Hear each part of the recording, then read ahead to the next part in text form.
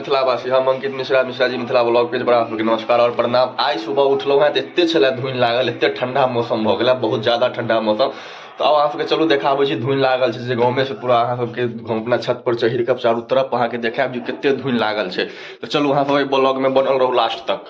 Finally हम अपना छत पर आबि गेलहुँ। छत पर सब अहाँ सबके हम देखाबै छी कते धुनि लागल छै, कि देख सकै छी माहौल अहाँ सबके से मालूम पड़ि गेल हैत कि बहुत ज़्यादा धुनि छै, आ ठंडा बा बहुत ज़्यादा ठंडा भऽ गेल छै। तऽ चलू फाइनली अहाँ सबके देखाबै छी धुनि कते लागल छै।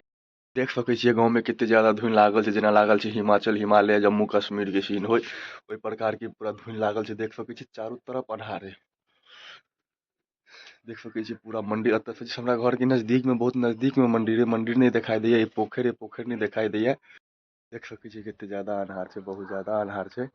और चारू तरफ देखै छी कते धुनि लागल छै। सुबह के अखन 10 बाजि गेलै, लेकिन 10 बजे की हाल है बुझा नहीं रहा है, अखन 10 बजलै। चारू तरफ देखा सकै छी, देख सकै छियै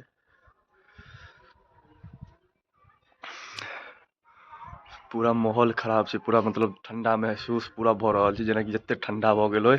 कते धुनि छै, पोखरि नहीं देखा रहल है अहाँ सबके नजदीकी सामने।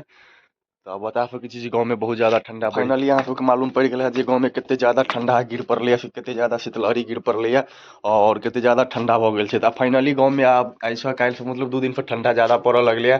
राइतो के बहुत ज़्यादा ठंडा रहै छै। तो जनवरी वाला जे ठंडा होबऽ के चाही से ठंडा चालू भऽ गेलै है। अखन सुबह उठलहुँ हैं, चाय पीलहुँ हैं, बाहर देखलहुँ हैं तो पता लागल बाप रे बा, ई तो पूरा अन्हार धुनि केने छै। हम 7:30 बजे लेटेस्ट उठि जाइ छलहुँ हैं, लेकिन आइ 8:30 बजे उठलहुँ हैं ना, तो हमरा अपना आपके महसूस भऽ गेलै कि किछु आइ मौसम में प्रॉब्लम छै, कियाकि मौसम एहन खराब छै, ताहि दुआरे हमर नींद नहीं टूटलै। तखन घड़ी देखलहुँ तऽ 8:30 बजे, तऽ बाहर निकललहुँ तऽ देखलहुँ बाप रे बाप पूरा ज़्यादा धुनि लागल छलैया। तऽ सोचलहुँ नहीं एक बेर अहूँ सबके जरूर ब्लॉग में देखा दी कि धुनि कते ज़्यादा छै, ठंडा कते ज़्यादा बढ़ि गेलै है।